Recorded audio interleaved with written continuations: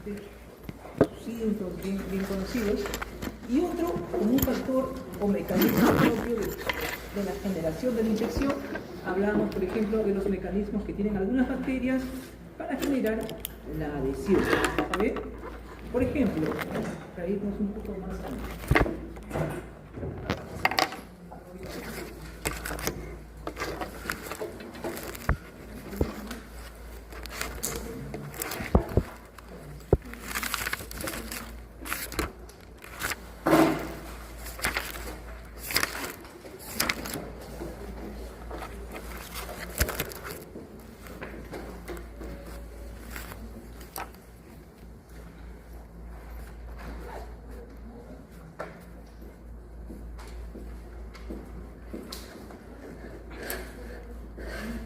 A ver, vean ustedes una célula. Recuerden, cuando hablábamos de células a nivel de lo que podría ser piel y mucosa, hablamos de células que por lo general se desprenden, ¿no? La fricción, al roce, se están desprendiendo. A eso le llamamos como células descamativas, que son las células más superficiales, ¿no? Básicamente el epitelio. Pero los microorganismos, cuando van a adherirse a una estructura celular, ¿qué es lo que primero tienen que, digamos, condicionar, ¿no? Primero, hay ciertas estructuras propias de la bacteria, digamos, llamo acá una más grande, como referencia invasiva, más conocida, como referencia invasiva. ¿Qué es lo que tiene un bacilo para generar un mecanismo de adhesión a la célula? Lo más pequeño que sería los pins, ciertamente, pequeñas extensiones, pins. Después, ¿qué podría ser, por ejemplo? A nivel Cápsula. de su pared, cánceres tan positivos, que es algo también ya más mencionado.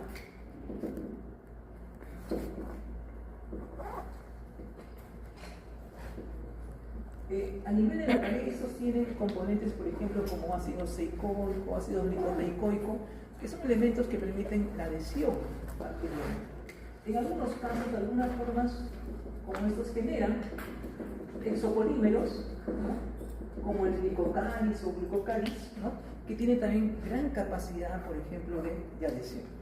Por ejemplo, en el caso de los estreptococos, tienen una enzima conocida como glucosiltransferasa que permite, digamos así, la agrupación de moléculas de carbohidrato formando polisacáridos extracelulares, que son básicamente como elementos pegajosos que permiten la adherencia a ciertas superficies, ¿no? Lo que se llama glucanos, dextranos, básicamente en el caso de glucosa, glucanos, ¿no? En el caso de fructosa, fructanos, ¿no? Eso lo vamos a ver más adelante, pero eso, por ejemplo, es un mecanismo también muy adecuado para la adhesión. Se ha visto también que algunas estructuras no propias de la bacteria, por ejemplo como la cápsula, permite también algunos mecanismos de adhesión y de coagregación, ¿no?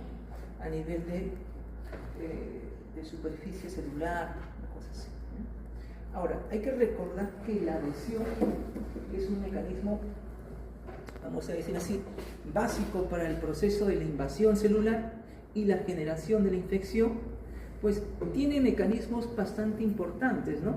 Un microorganismo se va a adherir a una bacteria, mejor dicho, a una célula, perdón, siempre y cuando encuentre, para que esta bacteria subsista y pueda replicarse, pues tiene que encontrar qué cosa, humedad, nutrientes, pH, ¿no? Condiciones propias de oxigenación para que pueda subsistir. Y ahí entra un poco ese mecanismo clásico que hablamos sobre lo que es el crecimiento y desarrollo bacteriano, ¿no?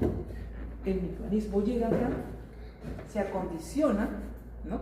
Pasa por un proceso de acondicionamiento, llega a subsistir en el medio y comienza a replicarse, ¿no? Hay la fase logarítmica que conocemos, luego llega a un proceso de cima, digamos, dependiendo de los componentes nutricios que tenga, ¿no? Y dependiendo de las características que pueda generar, porque recuerden, muchas bacterias pueden generar biofilm en el sitio donde se asientan o donde subsisten, ya sea un elemento inerte o tal vez un elemento vivo, ¿no? En el diente es muy clásico ver, ¿no? Eso, como las bacterias se van multiplicando, van formando biofilm y eso está posicionado a nivel de la encía o en el surco gingival, ¿no? ¿Está bien? Entonces, hay diferentes formas de cómo determinar la adherencia. Y esto es importante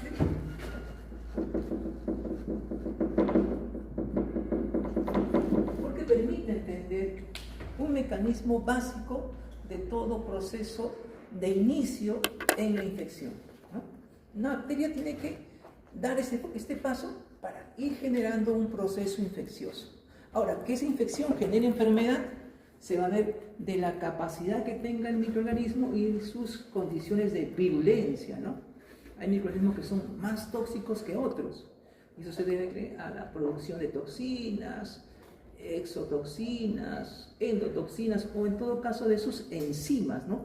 Que van a permitir degradar y dañar la estructura celular, ¿no? Ahí es importante recordar eso. A ver, por favor, apágame ese celular, ¿sí? Nuestra primera línea de defensa, ¿no es cierto? Entonces, para esa experiencia, nosotros tenemos acá una placa de dos. Por favor. La vamos a dividir en dos. ¿No? La dividimos en dos. Está DS de dedos sucios y de M de dedos limpios. Forma parte de la flora normal. Si bien es cierto, estas bacterias van a tratar de evitar que otras bacterias se instalen. Podemos hablar como una competencia entre las propias bacterias. Asimismo, la piel nos protege del ingreso de cualquier especie bacteriana. Entonces nosotros vamos a hacer una impresión de los dedos, donde dice dedos sucios tal cual, vamos a lavarnos los dedos y la de la carga microbiana. Tal vez no la elimine, porque el lavado de manos, salvo que sea un lavado de manos exhaustivo, podría disminuir, ¿no? Entonces debemos evidenciar la presencia de colonias bacterianas acá, disminuir tal vez en cantidad o tal vez en menor número de diferentes tipos de bacterias, ¿no es cierto? De repente hay unas que van a estar en un número incrementado pero de un solo tipo, quiere decir que son mucho más resistentes a un simple lavado, pero otras de repente se eliminan, no sabemos, ¿ya? Entonces prendemos el mechero por favor ahí. Entonces, usted está sin guantes ahí. ¿Usted, señorita, está sin guantes? ¿Puede prender el mechero? No, tiene que hacerlo de materiales. No, yo decía con encendedor.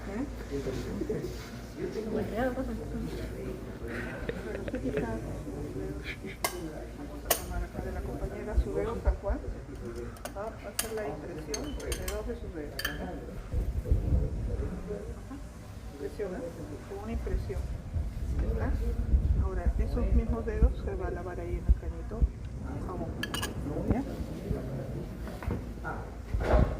Entonces, luego lo otro que vamos a ver es que las bacterias lo que quieren es ingresar a nuestro organismo, ¿cierto? Invadir, pero para esto, para lograr esa invasión previamente, va a tener que colonizar, ¿no es cierto? Una mucosa, un tejido. Entonces, esa colonización se va a ver favorecida si este microorganismo tiene capacidad de adherencia, ¿cierto? No todas las bacterias tienen capacidad de adherencia. Entonces, las bacterias que tienen esta capacidad de adherencia se considera como un factor de patogenicidad para el microorganismo. Entonces, el microorganismo, por un lado, va a tener factores de virulencia que le va a sumar a su patogenicidad, ¿ya? Entonces, ¿cómo podemos demostrar esa adherencia? Lo que venga la compañera. Así nomás, sacúdete así nomás, sin papel. Un ratito que se le seque la mano. Les estaba comentando a tus compañeros que el otro aspecto es que las bacterias cuando ingresan quieren invadir tejidos, no solo quedar ahí. Entonces para esto van a colonizar. Van a colonizar siempre las condiciones les sean favorables y más aún si tienen factores de virulencia, entre ellos la capacidad de adherencia, ¿cierto? Entonces para demostrar eso lo que se ha hecho es un proteína de mucosa bucal, ¿no? Y se ha coloreado con gramo. ¿Y qué se observa? Se puede observar bacterias, ¿no es cierto?, que no son intracelulares, sino que están adheridas a la superficie de la célula bacteriana. Eso creo que lo hemos visto ya, ¿no? ¿Sí? Pero en este caso lo vamos a reforzar dentro de esta parte de la respuesta inmune y viendo desde el punto de vista del microorganismo comúnmente patógeno, ¿ya? Entonces para esto, acá hay una lámina. ¿Así de sucio están esos dedos?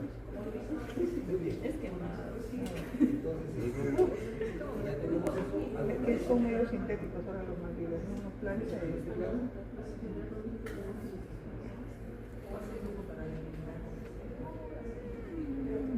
¿esa es la parte de abajo? Sí, sí, como Pero después toman la foto, ¿ya? una colonia. Colonia. Con una aglomeración, digo. Por la ventana va a salir Una aglomeración de bacterias.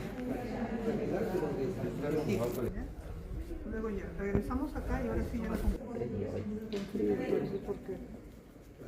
¿Ah? Para poder jalar. Una pinza voy a hacer que lo jale. No. Ya. Y esto ya se lleva a incubar, ¿no es cierto? Eso se lleva a incubar 36 grados, 34, 48 horas. Ahora, luego, con respecto a otro mecanismo que tenemos de respuesta inespecífica es la fagocitosis, ¿cierto? Donde ¿qué tipo de células participan? Los... Polimorfonucleares, los macrófagos, ¿no? Entonces acá tienen ustedes una lámina, ¿no?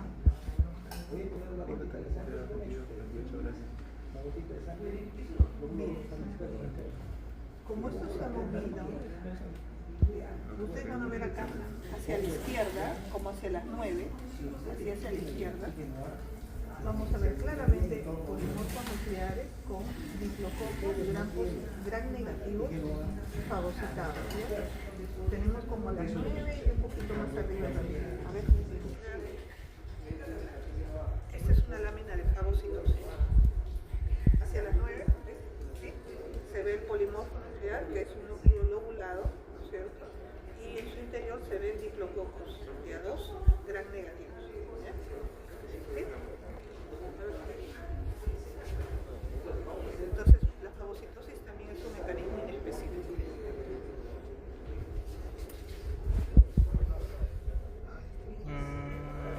Esta es una lámina de Neisseria gonorrhoeae. ¿Ya? Sí, es lo que hice mejor.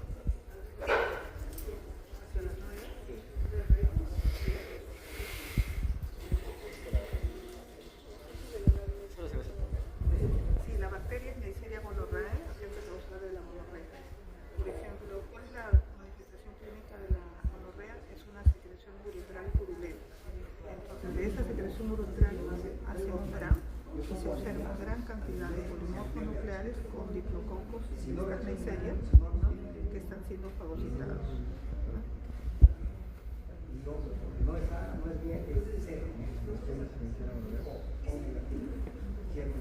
Es una lámina de fagocitosis, ¿no? Donde se observan polimorfonucleares que están fagocitando a Neisseria gonorrhoeae. Luego, así como hay mecanismos inespecíficos de defensa, también tenemos los mecanismos específicos, ¿cierto? Entre ellos tenemos la respuesta inmune celular y la respuesta inmune humoral, ¿cierto? La celular mediada por los linfocitos T y la humoral mediada por los linfocitos B, los cuales son precursores de los anticuerpos. Y los anticuerpos son las inmunoglobulinas. Y estas pueden ser dosadas en el suero sanguíneo. ¿Está bien? Y ustedes ya han visto que hay principalmente dos tipos de reacciones serológicas, reacción de aglutinación y reacción de precipitación. ¿Y cuál es la reacción que se va a dar en ambos casos? La reconocimiento antígeno-anticuerpo, porque esto es específico. ¿Bien? Partiendo de eso, nos quedamos inicialmente con las reacciones de aglutinación. Cuando se encuentra el antígeno con el anticuerpo, teniendo en cuenta que el antígeno es como una Y, ¿cierto? Y tiene dos sitios para reconocer al antígeno, entonces esto a la hora que hay el reconocimiento se forma como una red, la cual cuando aglutina se ven como pequeños grumos. Eso es lo que podemos evidenciar, ¿no? Y químicamente lo que estuviera sucediendo, pero lo que nosotros evidenciamos que esa aglutinación se ha dado porque hay formación de grumos. Aplicación, ¿qué ha mencionado el doctor? ¿En qué casos podemos aplicar este principio de aglutinación?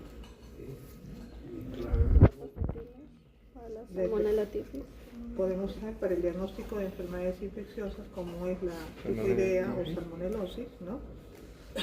y también para determinación de grupo sanguíneo. Ahí está. Ya, entonces vamos a hacer ahorita la determinación de grupos sanguíneos. Tienen una hojita para poder identificar si la persona, esta clasificación basada en el sistema ABO y presencia o ausencia del factor RH, ¿no? ¿Qué grupo sanguíneo es? Entonces, una de las aplicaciones es determinar el grupo sanguíneo según el sistema ABO, ¿cierto? Entonces, para esto, nosotros vamos a tener una lápiz de vamos a tener un pozo, dos pozos, tres pozos y tenemos acá agregar el anti-B, el anti-A y el anti-B, ¿cierto? Entonces vamos a vamos a hacer un pequeño cortecito acá en el dedo y vamos a poner unas gotas de sangre acá, ¿no? Entonces, en el glóbulo rojo, en la membrana del glóbulo rojo, van a estar pegados estos antígenos. Puede estar el A, el B, el AB o no presentar antígeno. Si acá está pegado el antígeno, acá tenemos el anti-A, ¿no? Digamos el anticuerpo, el anti-A, el anti-B y el anti-D, que es para reconocer la presencia o ausencia del factor RH. ¿Está bien? Entonces, agregaremos una gota, ¿cierto? Entonces, supongamos que al agregar la gota, yo he visto aglutinación aquí y aquí, ¿no? Pequeños grumitos así. Entonces, se le aglutina con anti-A, no, con anti-B sí, allá es B, y con anti-D también. Entonces, la persona sería ¿B positivo? grupo B, RH positivo. ¿Está bien? Listo. Entonces, vamos a hacerlo acá. ¿Ya? Ahora, a ver, ¿quién va a ser el...? ¿Me ayudan? A ver.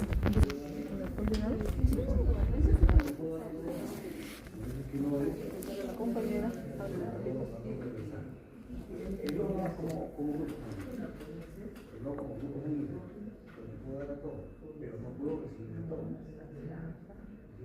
Vamos a necesitar ese dedo, correcto.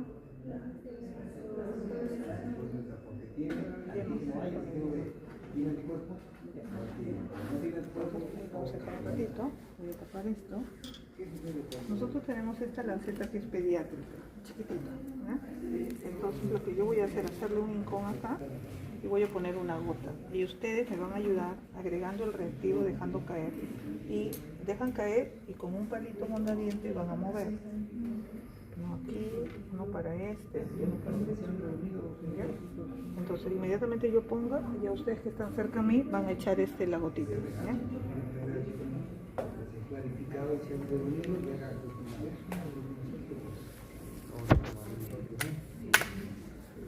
Ponte tu dedito para poner la gota. Abre tu manito, abre la mano más fácil para hacer caer la gota. No. Sí, sí. ¿Me permitiste? Un poquito más.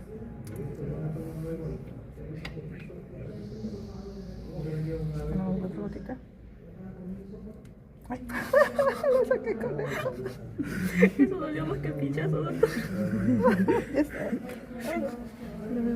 A ver, la otra compañera que vaya echando el antidio, señorita, usted lo ve. Con otro palito. ¿Puede mover? Ya le echa y se mueve, ¿ya? Que hay ese encuentro antígeno-anticuerpo. Todo va a depender del antígeno que tenga pegada en la membrana de sus glóbulos rojos paralelos, ¿no? Una vez que hemos mezclado, que es lo que están haciendo los compañeros, hacemos unos ligeros, y es suficiente, unos ligeros movimientos de va y ven para poder ayudar un poco al encuentro antígeno-anticuerpo. Entonces, estamos diciendo que si hay ese reconocimiento se van a ver como pequeños grumos, ¿no es cierto? Acá estoy viendo que no aglutinó con el anti-A, porque más bien se está yendo como al centro, ¿no? Y con el anti-B tampoco, pero acá sí ya se comienza a formar como unos grumitos con el anti-D, no sé. A ver, ponle luz ahí con tu tipo linterna.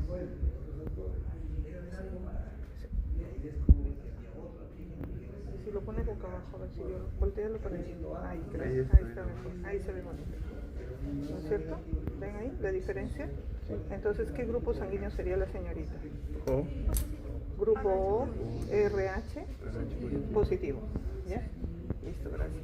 Entonces, eso lo van a esquematizar, ¿no? Digo donde, cuando retiran. Yo también hice enseño uno porque vimos de los antígenos. Ahí lo grabé.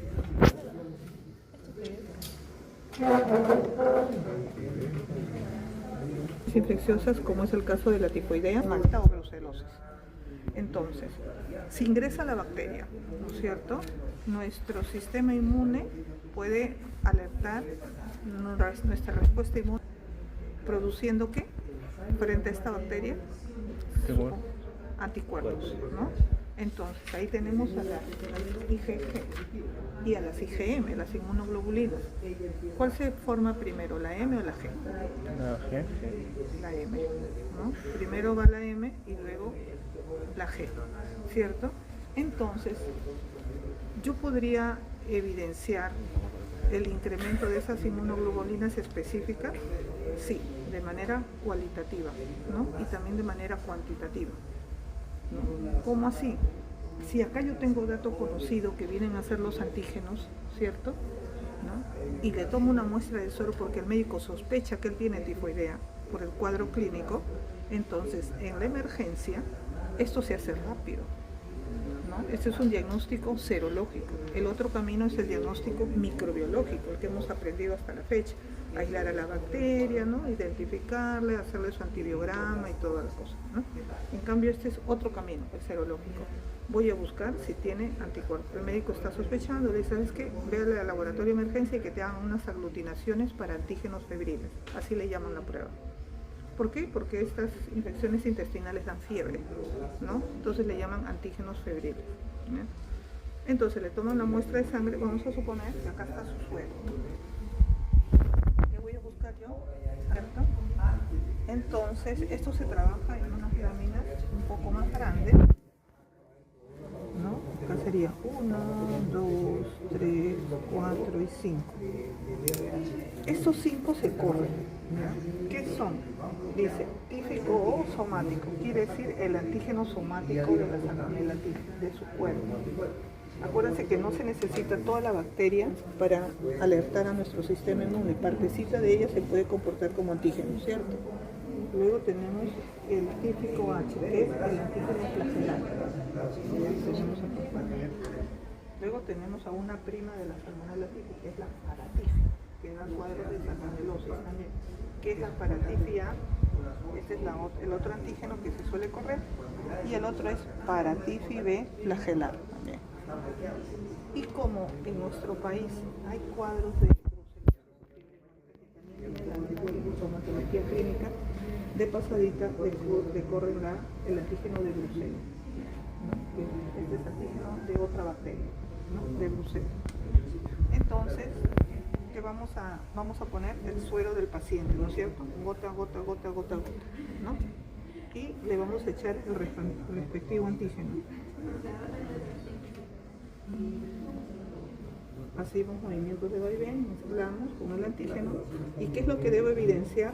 La presencia de pequeños grumos. Entonces, vamos a ver que su suero ha formado anticuerpos, ha sido capaz de reconocer a la salmonella típico H flagelar, que posee anticuerpos, ¿no es cierto?, frente a reconocibles.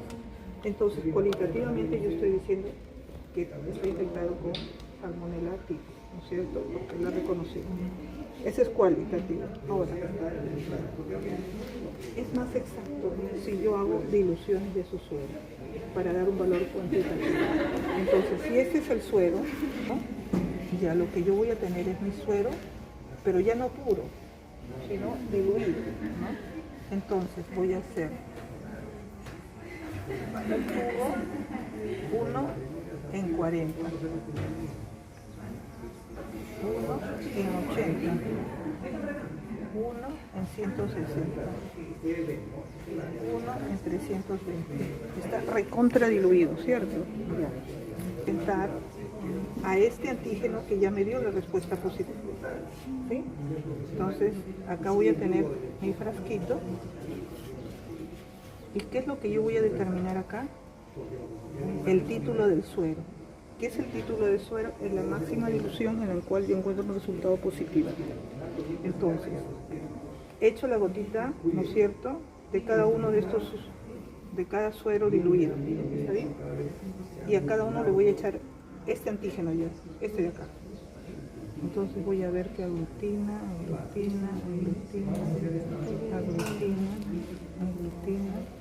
y a una más serían 640, ¿no? Acá ya no aglutina. ¿Ya? Entonces, ¿cuál es el título del suero del paciente X? Su título para Salmonella typhi H fue 1 en 320. Entonces el médico le pone ahí título, el laboratorio le mandan esto, ¿no? Antígeno febrilis típico H, ¿no? 1 en 320. Entonces, ¿cuál es la relevancia de este dato? Es que a partir de 1 en 160 para adelante ya se considera enfermedad. Entonces le llega el resultado, regresa de la emergencia y le sale esto, ¿no? Y ya maneja su diagnóstico de laboratorio, ¿no? Con su diagnóstico para su tratamiento. Supongamos que a ella recién le había salido por acá, ¿no? Y acá para adelante ya no. Entonces su título hubiera sido solamente acá, vamos a poner, hasta acá. Acá ya no hubiera salido, hubiera sido 1 en 80.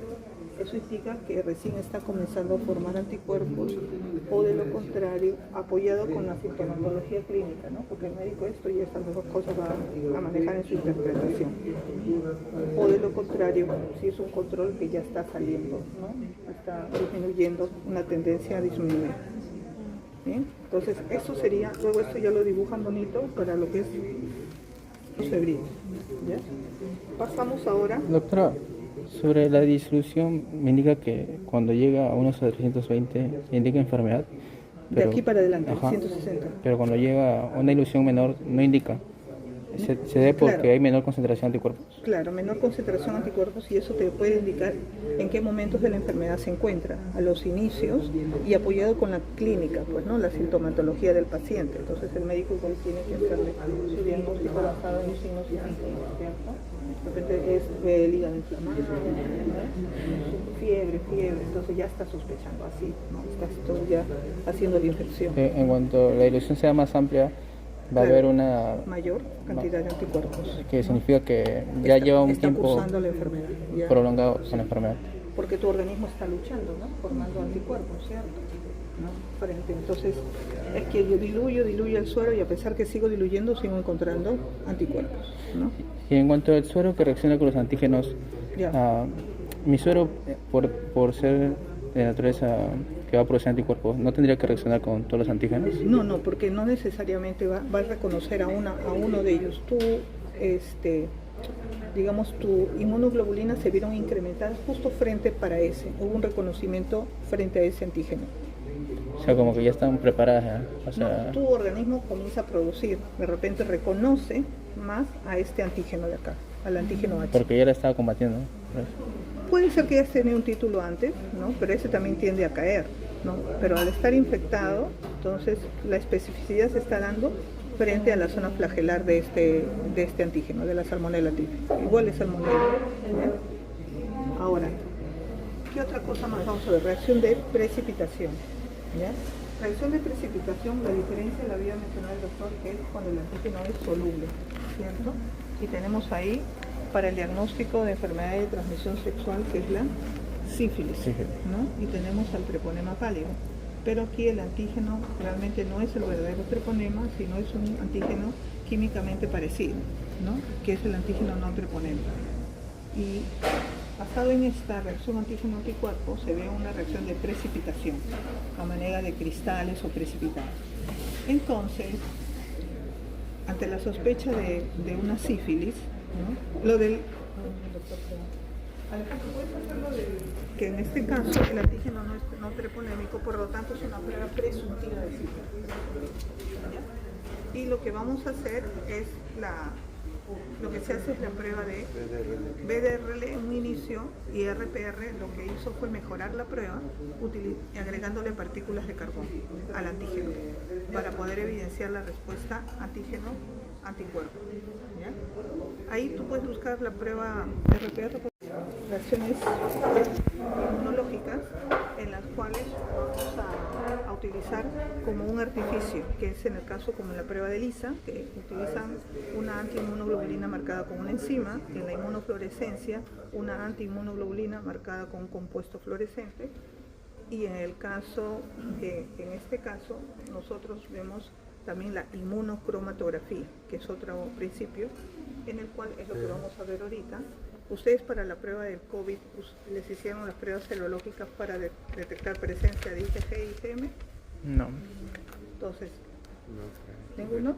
Tenemos dos opciones en esas pruebas de inmunocromatografía que se manejaron para el caso. Una es indirecta, donde yo voy a determinar si tiene anticuerpos para el COVID, ¿se acuerdan? Para el SARS-CoV-2. Y dosábamos la presencia de IgG y IgM. Ese es indirecto, dosaje de anticuerpos. Pero también luego viene la prueba directa, que es tomando muestra de hisopado nasal, detecto si está presente el virus acá. Pero no necesariamente el virus como un todo. Puede ser una partecita del virus que se comporte como antígeno, ¿cierto? Entonces vamos a tener como un casetito donde hay un soporte físico en el cual se va a colocar ese hisopado, se diluye, y esta dilución corre por inmunocromatografía, y si la persona tiene antígeno, es reconocido por este anticuerpo y forma una banda. ¿Ya? Vamos a ver, el doctor lo va a hacer ahorita. Entonces, tenemos el hisopo y tenemos diluyente, un buffer, donde yo voy a tomar la muestra con este hisopado nasal, y luego voy a colocar en este buffer, y de esto le voy a poner una gotita acá a esta placa donde hay anticuerpos, y lo que yo estoy buscando, ¿qué es en este caso? Antígenos, el antígeno del virus de COVID. ¿Ya? Ustedes ven que la tecnología hace que esto sea más fácil. Aparentemente es complicado buscar un antígeno, pero dada la tecnología es fácil hacerlo. Tiene nuestro candidato, candidata. ¿Qué muestra se va a solicitar en este caso para buscar el antígeno? Mucosa, ¿no? ¿Muestra de sangre? No, mucosa. Mucosa nasal. Candidato, candidata. ¿Quién tiene COVID? Ya tú sientes. ¿Cuándo va a ser? Juanita. Bravo. Juanita se llamaba. Miren que el hisopo es bien delgadito, no es un hisopo con... Simbólico nomás, no te voy a poner nada. El cerebro.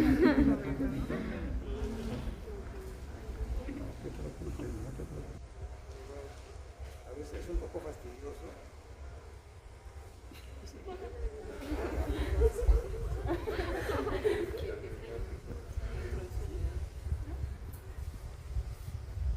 O más de alguno le habrán hecho la prueba. Pero para hacerlo molecular, que también es la misma muestra. Yo trato de esa muestra que he tomado, diluir en ese buffer, en ese diluyente, para que se desprenda. Si hubiera virus del COVID, estos van a estar acá en el líquido. Y este líquido va a ser colocado en esa plaquita donde hay anticuerpos. Y si es que hay, se van a encontrar y ahí forma una línea que me indica que... Complejo antígeno anticuerpo.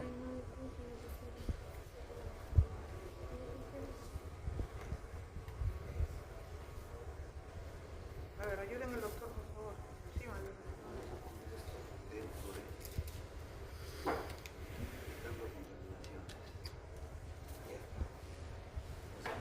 Ya tengo la muestra acá.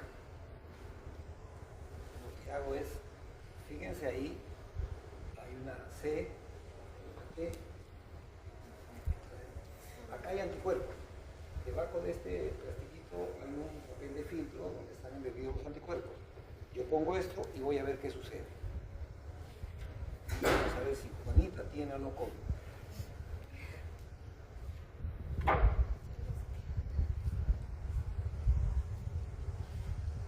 Sí, tiene ahí restos del virus en su mucosa nasal.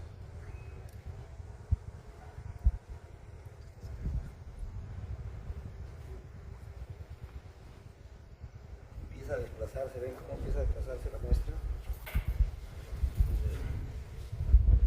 ¿Ven cómo se empieza a desplazar? Sí.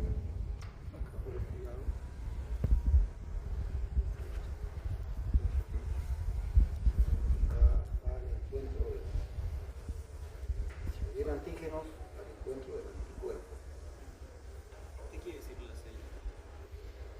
Ese es ¿Cuál es el el indicador? el que me dice acá debe salir positivo.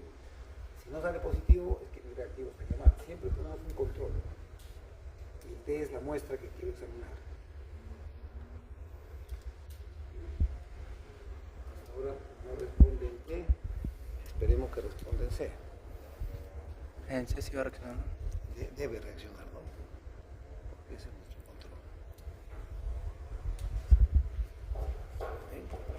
Sí, en el C hay anticuerpos. Quiero ver a sus compañeros de atrás que no han visto. ¿Ves? La gotita está Reacciona, ¿no? reaccionando. ¿Dónde?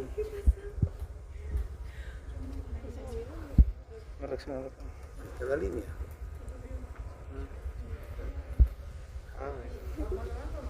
Igual, Es la línea blanca. línea blanca. ¿Dónde?